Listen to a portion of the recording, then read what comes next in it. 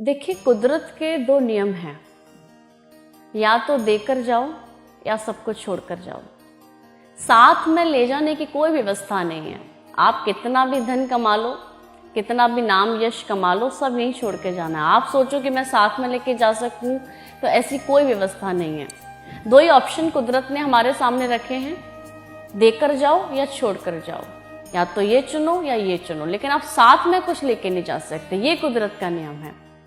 एक बार की बात है कि एक छोटा सा बच्चा नंगे पांव धूप में फूल बेच रहा था।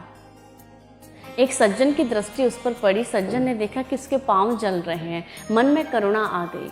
वो पास ही की दुकान से उस बच्चे के लिए बूट खरीद के लेकर आए और उस बच्चे से कहा, बेटा तुम ये शू पहन लो, तुम्हारे पैर जल रहे होंगे। वो बच्चा खुशी से पागल हो गया और तुरंत शूज पहन लिए।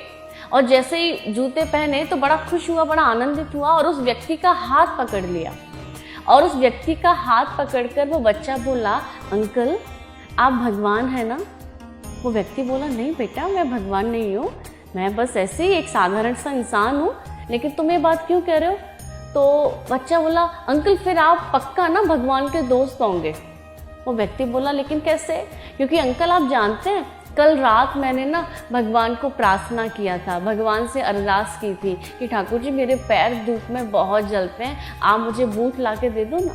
मैंने कल ही प्रार्थना की थी और देखो आज आप मेरे लिए शू लेकर आ गए। उस व्यक्ति की आंखों में ये सुनकर आंसू आ गए और उस व्यक्ति ने मन में सोचा कि देखो, भगवान का दोस्त बनना ज़्यादा मुश्किल नहीं है। जब आप किसी की सहायता करते हैं तो आप श्री ठाकुर जी के मित्र होने का कार्य ही आप कर रहे होते हैं। देखिए, परमात्मा अकेले समर्थ होता है सबकी सहायता करने में। आप ये बात ध्यान रखिए। परमात्मा ने सबको बनाया है तो सबकी व्यवस्था भी कर रखी है। वो अकेला समर्थ है सबकी सहायता करने में, लेकिन वो चाहता है कि ये सौभाग्य वो आपको प्रदान करें। तो जब ऐसी स्थिति, ऐसी परिस्थिति आप देखें ना, तो कभी सहायता करने से पीछे ना हटें, क्योंकि जो दूसरों के काम आता है वो ठाकुर जी को बड़े प्यारे होते हैं। इसलिए हमेशा काम आए दूसरों के।